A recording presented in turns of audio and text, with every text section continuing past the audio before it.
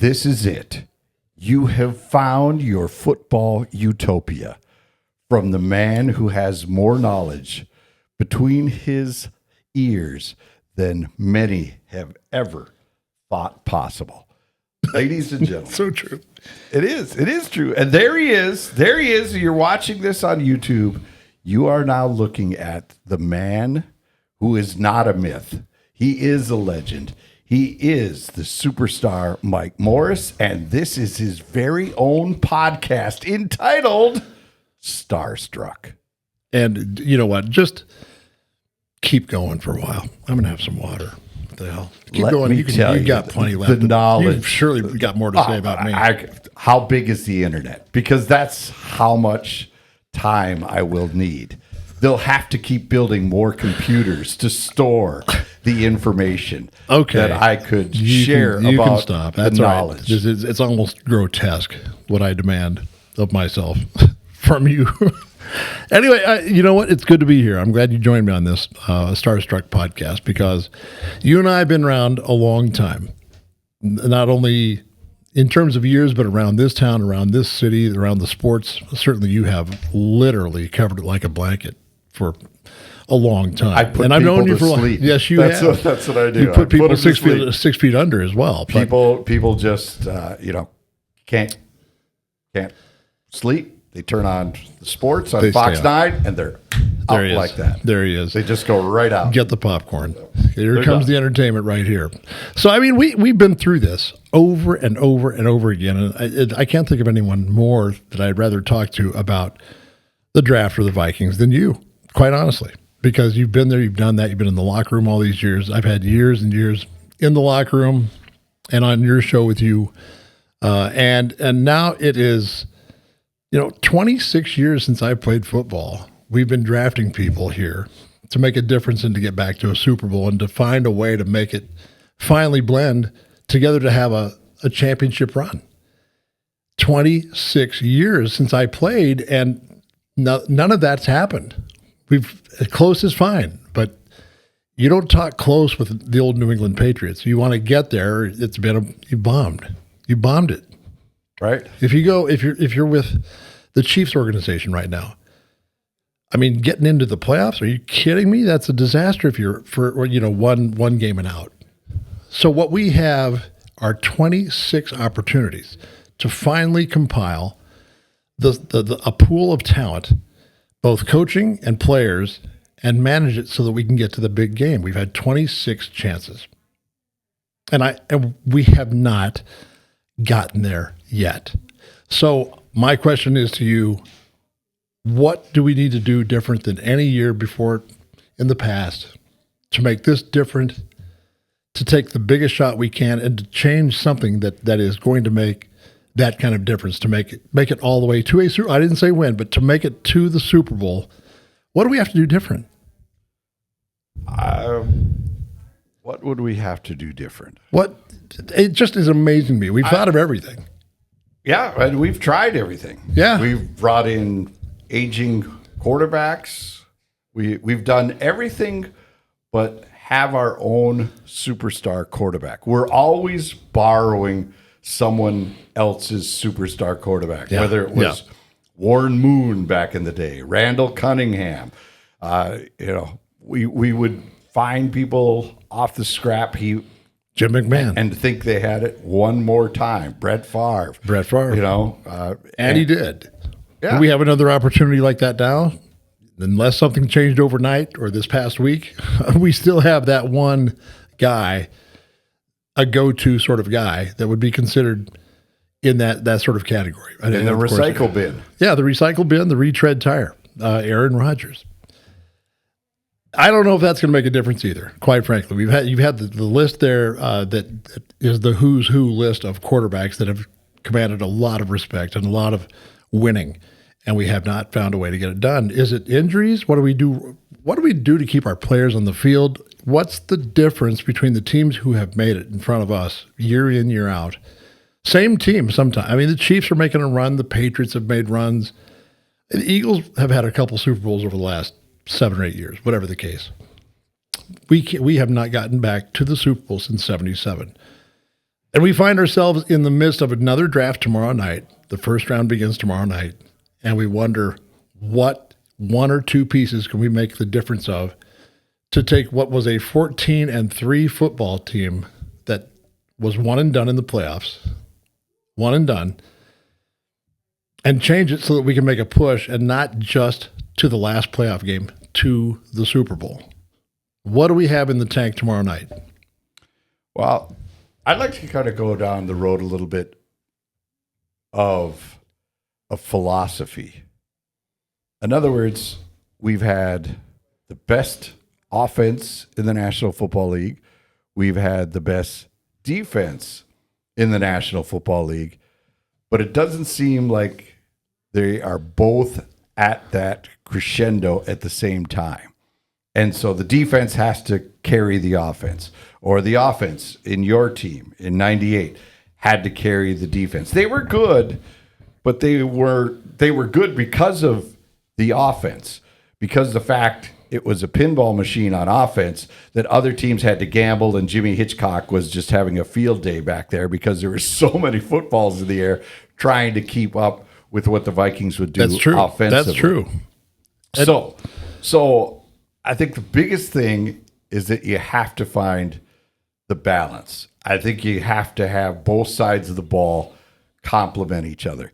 And this group, what they have right now is pretty dang close to that. If they get the right quarterback play, you may have now a situation where the offense could be top 10, maybe even top 5, and the defense is hovering around top 5 right now. And if you put that combination together, I mean, you tell me, is that what the Steelers, is that what the Chiefs do year after year? Or is it Mahomes and Brady, and if you have an out-of-this-world quarterback, he can cover up for your deficiencies in other areas? I think you're really close to it. I think you're really super close. The draft have made those teams that you just spoke about. They've made the old Cowboys that we gave a lot of draft choices, the teams that they were to get to the Super Bowl, and I think, and to win. But you also mentioned the Steelers. I mean, I think they had a draft that had 4 or 5 players that all made it into the Hall of Fame, with Lambert and Mel Blount and Mike Webster and a couple of receivers, Lynn Swann and John Stallworth. I mean, they were in one draft. They're all in the Hall of Fame. So I don't know if too many teams can say that. You could look at the great quarterback, the unbelievably great quarterback that can carry a team to a Super Bowl and to win it. I remember talking with Keith Farnhorst. He said, I was just lucky. I got in with a team that had the great quarterback, and I just sat in his back pocket and protected him, and we went to the Super Bowl one after another and won them because of Joe Montana. And I think that's probably the case. It's probably the guy who handles the ball most and has to be the playmaker of the team, has to be the quarterback, and that's really almost every year except for maybe a couple of years that we can remember where it was the defense only that could manage the game, like the 85 Bears or the 2000 Ravens. I mean, those were teams that were just forcing people to kick field goals to try and stay in the game. They were not scoring on them. Yep. So that's you only need a management type quarterback, which Jim McMahon and Trent Dilfer were in those cases. I mean, you have some great defensive. One of the Tampa Bay clubs that beat the would have been the Oakland Raiders, team. Brad Johnson over Rich Gannon and the Raiders, but they found a way defensively with like 2 or 3, 4. I think they had 5 interceptions in that game against the Bucs. And so that won it for them, the defense and just taking 5 footballs away. But that's where we're at. I think that's where we're at. We're close both on offense and defense. And you mentioned our offense in 98. Certainly now where the defense is. If you could have the best of both worlds, you'd want both of those teams, the 98 offense and last year's team defensively, perhaps. Yeah, or a Mike Zimmer defense when he was at his peak defensively. Absolutely, I agree. I think the only thing this team has to address is, do you want Aaron Rodgers or not? Because I don't care because that's really it. Because a guy like that can do it if he comes in and does what he says he can do, and he's probably capable of it if you just have a way to manage him.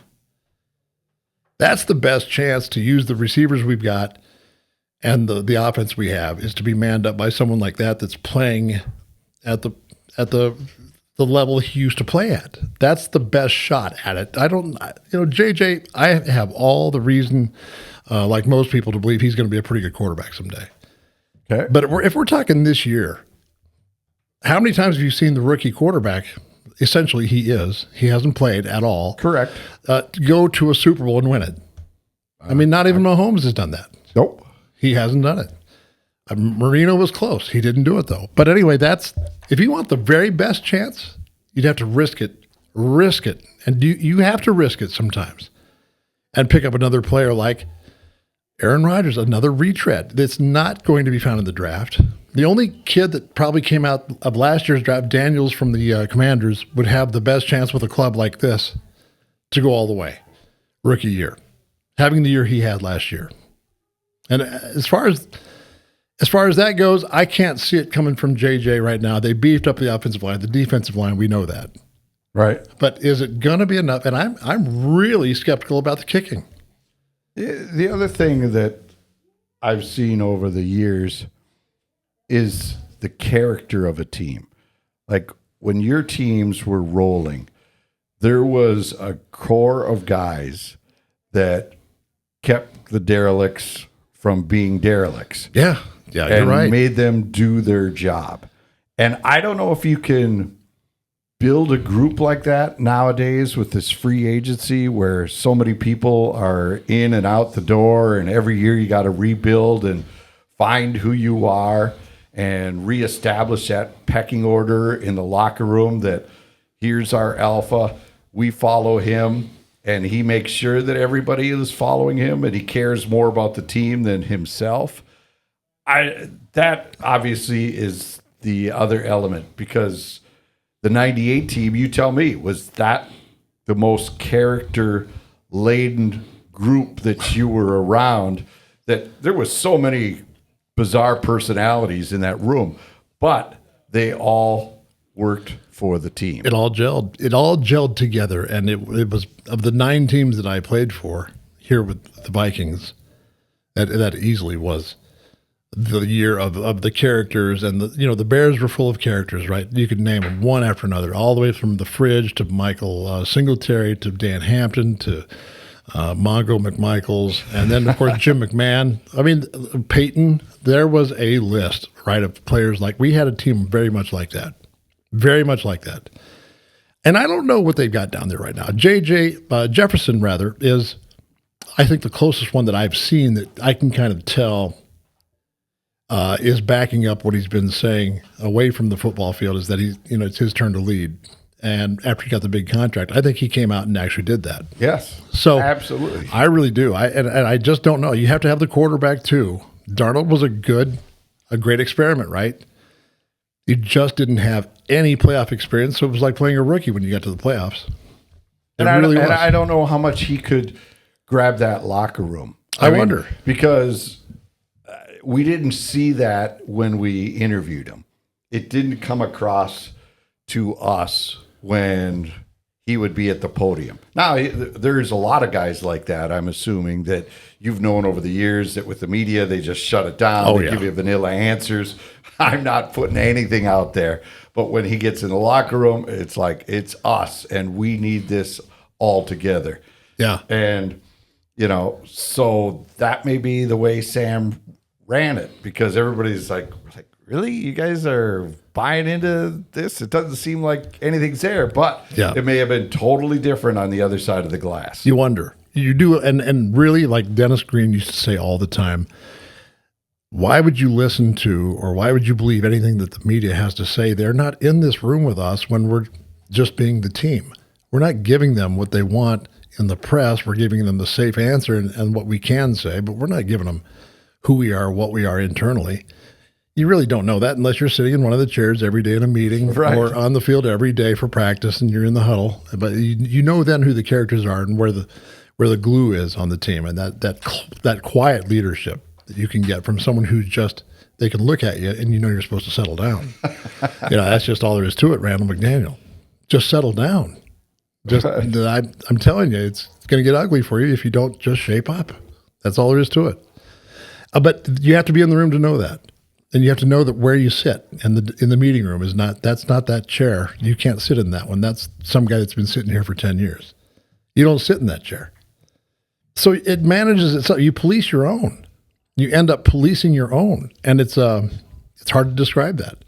I wonder what Kirk Cousins was like really behind the scenes. The closest depiction of that, I think, was the Netflix series about quarterbacks. Yep. I finally thought, so that's who he is, kind of. That's who he really is. He looks like a guy who shows up early and leaves late from practice. And he just does everything physically to keep himself in the pool and maintained. And, you know, you're talking about how do we believe that Kirk Cousins could ever get this team any further than it got? And there was a lot of truth in that for me, too. I wondered if he was the kind of guy that could really, you know, behind closed doors, behind the media, like you were saying about Darnold, is he the guy that can, when you shut the door, he turns it on. He's the leader. And I wondered if that was ever the case, but I wasn't in the room. Right. I think the thing with Kurt, what that Netflix showed you, is that he is going to try to overcome any physical liabilities he has by training his body, by putting in the time, by learning the playbook, learning the calls, learning opponents' tendencies. And so he may have shortcomings with his footwork or his scrambling ability. But I'm going to use what I got up here. Yeah. And so I think a lot of players followed behind him. But I don't know if he's a guy in the locker room that can joke around with the guys and, you know, the ha-ha jokes, you know, that you guys... There's that guy. There's that guy. I mean... And you have to have that. You have to have that so you one. can relate to everybody. And I think Zadarius Smith was the guy who kind of took Cousins from the outside and dragged him into the party. Because we saw it on the jet plane home from London when they got him to take his shirt off and dance and celebrate. And then it became a thing. And Cousins kind of changed. He did. And he became more of the team instead of the cerebral, like the back of the plane is doing whatever cards or, you know, jokes or whatever they're doing back there. He's up there looking at the Surface tablet, looking at next week's opponent, breaking down tendencies. We're like, what the hell? We just won a game. Get back here. And I think Zadarius Smith went and pulled him out of first class. I would have never known that. Get back here, because he was the one that started the Kirko chains and then started putting the jewelry on him. That is funny. I didn't even know that. I just thought that's where it came from. So that's from him. And that's why you see him bouncing from team to team, because they love his character. They love who he is. They love what he does to the rest of the team. It's infectious. You know, you need that kind of guy. We had those kind of guys all the time. I mean, even my situation was a role of, you know, keep everyone loose when they're all uptight, even in the locker room. I mean, say something that'll make them like loosen up, and then go about your business. You got to still do what you got to do. If you're going to be the cut up, then you have to back up what you can say. You can't just run around horsing, right? Which I used to do plenty of, but God knows. But you have to back it up. You better be able to snap it straight and keep healthy for 16 games and keep doing what you're doing. But it's also like working in a MASH unit, right? It's like the series MASH. Yep. You had Hawkeye Pierce, and you had those characters on that show that, you know, you have bodies coming in every day on stretchers, and they're cut up and they're needing amputations, but someone's joking over the top of the table while they're doing all that in the midst of all of it. And it's just someone trying to keep everyone sane and everyone loose so you can perform, right? That's kind of where I was. I just kind of like, it's pretty tight around here, so say something. So that was what I would do. And but then shut up. Don't keep going. I just have a one cut, pick your shot and take it, then go sit down again. But everyone kind of got a chuckle, and so you loosen the place up a little bit, and here we go. So but there's a guy like that on every team. And I think Brett Favre was that guy. I think he was probably one of those great quarterbacks that could do both sides in the locker room and obviously on the field. Just a true sense of the word. He was a maverick, gunslinging, having fun, playing football, Sandlot style. So I'm waiting to know where or who these people are in our locker room now and what we need to match that to go the distance. And I think you're one quarterback away, because there's too many question marks with letting everyone go again this offseason and relying on the one guy who had an ACL, whatever it was, reconstruction. And Meniscus. Meniscus. It was a meniscus, but it cartilage. took all year because then they ended up having to go back in November and monkeyed around because it wasn't coming as they had scheduled, wanted to see. So that's where I am. And that's where they are. And I think they really kind of, mess things around when they let everybody go. And I'm talking about Daniel Jones, and I've said this on this show and on the Jim Bob Sports Jamboree show, that when they just let Daniel Jones walk out the door for $14 million to the Colts, why don't you match that and keep someone who is the next Darnold? If this kid doesn't start playing well right off the bat, you would know that you had a starter that has real ability. Well, we'll probably find that out this year with the Colts. Right. Well, you can't go backwards like you did when Cousins went down. Then you're calling in people off the street, musical chairs, scrambling, and the season was lost. And this is Harrison Smith's last year. You've got some guys that are getting up there. Jefferson's cooking. I mean, even though he's on his second contract, but to stay at that level where he is as the best wide receiver in football, it's not a big window. You're not a decade of being the greatest wide receiver in the National Football League. It's a 3-4 year window that you're the best of the best. That elite. Because he'll slow down eventually. I totally agree. You're 100% right, is that we do have two. Addison's really picked up his game. He's come a long ways. And our tight end's name, please help me. Hawkinson. Yeah, I mean, my God, he's a great player. He's a great player. He was healthy, but he didn't come back in until, I don't know, 5 or 6 games, 7 games into the season before we saw him. Right. But regardless, if we have that whole thing running, it'd be nice to have Rodgers behind all that. It'd be nice, but you have to know which guy it's going to be, because he's got split personalities. All of a sudden, for no reason, he's another guy. That's why you have to go back to the locker room, and it's not O'Connell policing him. It's not Kwesi policing him. It's someone like you that's going to tape him up and leave him out in the cold. That's true. At TCO and freeze his pants and leave him outside and show him that, look, if you don't follow and lead us the way we want you to lead you, this is what's going to happen. You're going to have a mutiny, not just of the coaching staff on you, but all 53 of us in here are going to be on you. Yeah, I'll never forget it. I'll never forget some of the conversations we would have in the players-only meetings with no coaches invited. Please just give us the room for 10 minutes before you come in. Head coach, everyone.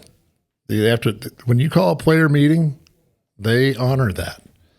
The coaches sit back. They should let you shut the door behind you, and you go in there and say what you want to say. And if you're going to rant and rave or whatever it's going to be, but I'll never forget how some of those went. And when Randall McDaniel stood up, it was like, oh, crap. What? I mean, someone's going to get it. I mean, he doesn't talk like this. This is not his kind of moment. So he stood up one time. I remember that.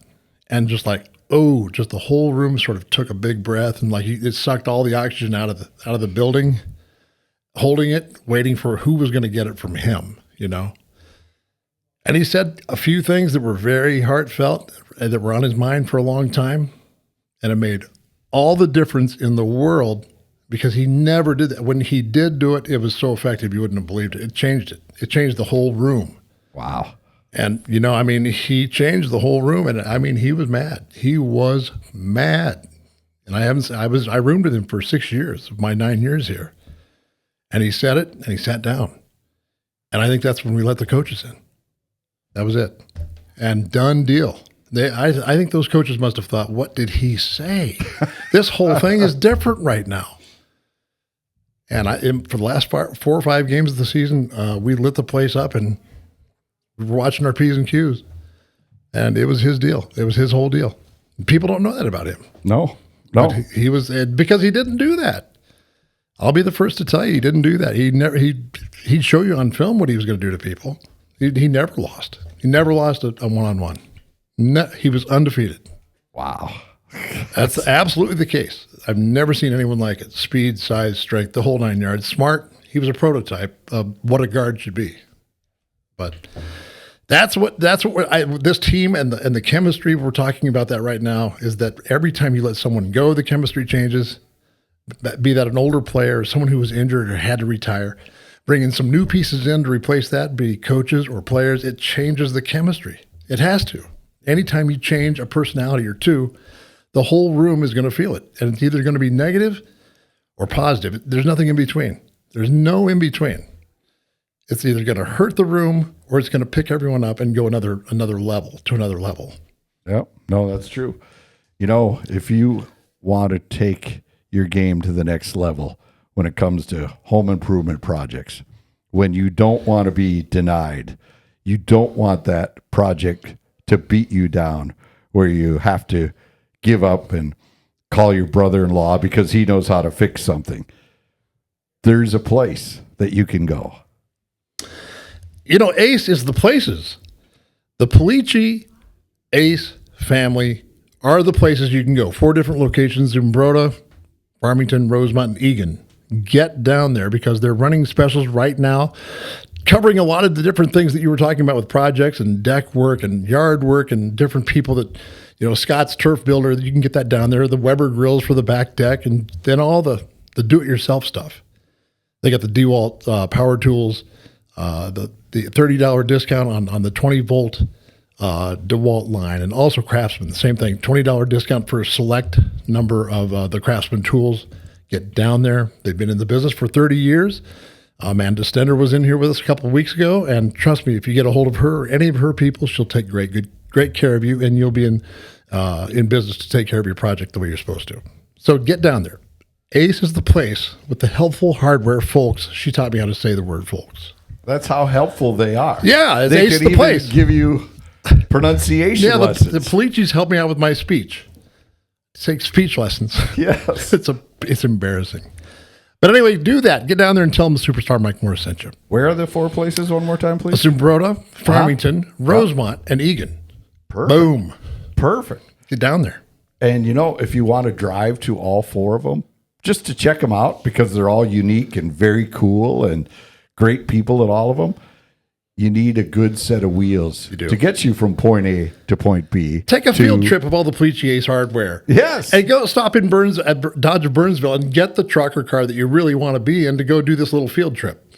Do the whole day like a power tool crawl, like a pub crawl, but not. Yes. Okay, but do it in your Dodge Ram or whatever car you want to pick when you go down there and talk to the good people at Dodge of Burnsville. That could be Adam Saba, Mark Saba. Great people, great service, great prices. They've been in business for an awfully long time, too. Trust me, generations of the Sabas have been at Dodge of Burnsville for a long, long time. It's on 35W and Cliff Road in Burnsville. Tell them the Superstar Mike Morris sent you.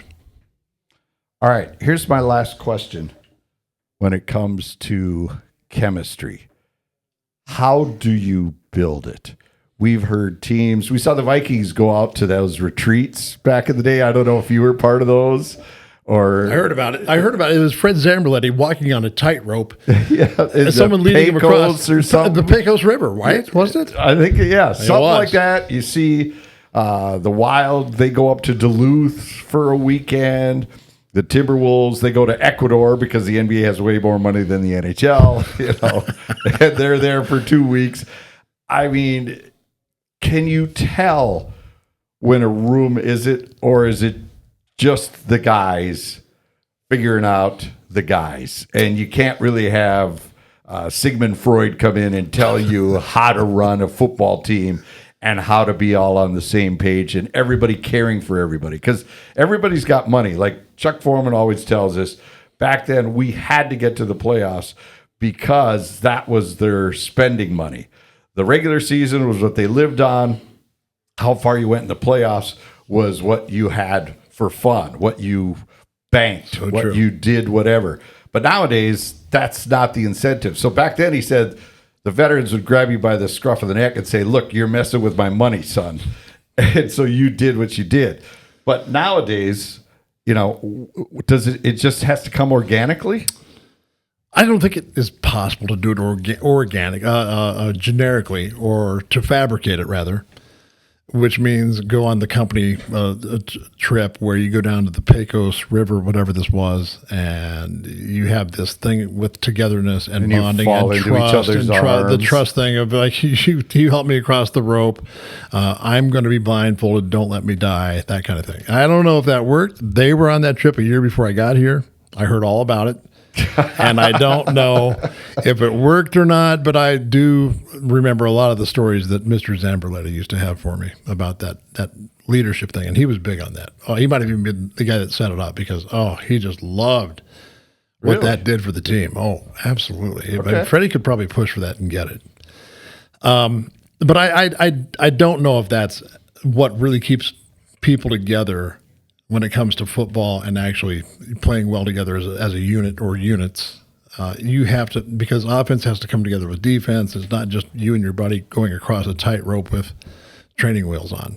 It's not that way. I think it has to be there in the room. It has to come naturally for the people who know how to use their leadership, or just shut up completely and just play and let someone sort of run the ship if you don't have any business doing it. You're not that type, then don't make yourself or try to be too much. Just do what you do really well. And if you're that kind of guy, it'll come out. So the answer is the chemistry is a very natural thing. It's a very, like, you have it or you don't. And the ones that mix in the room, that chemistry with those people who are leaders, that has to be meshed, in such a way that you're not butting heads with the guys who are in charge, so to speak, and not causing friction amongst those guys. So there can't be a squabble with just the overall leadership of the group, the anarchy, whatever it is. But it was stacked in layers on the teams that I played for.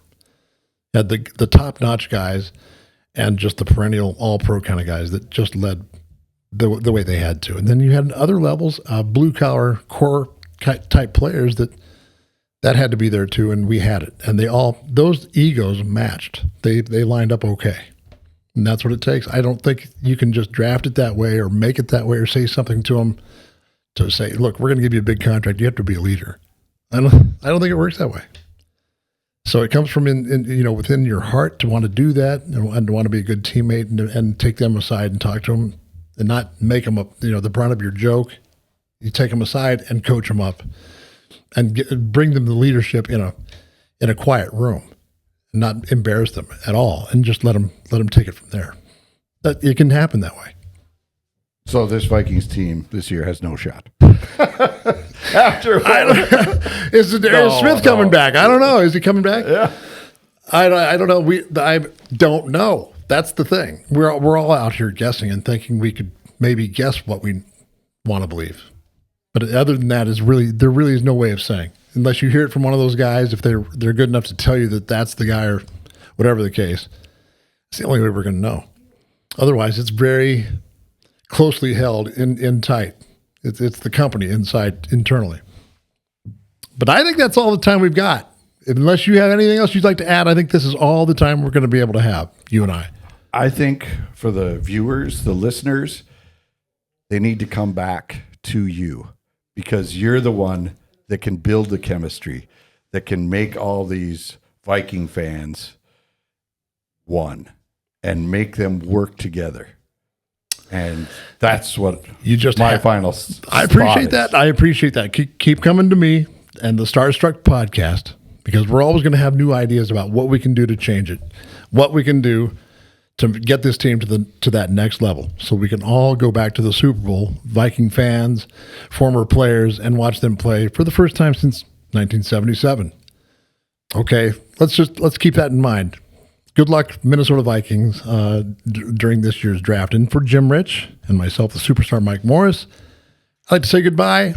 Catch us next week, same time, same bat channel on the Starstruck podcast.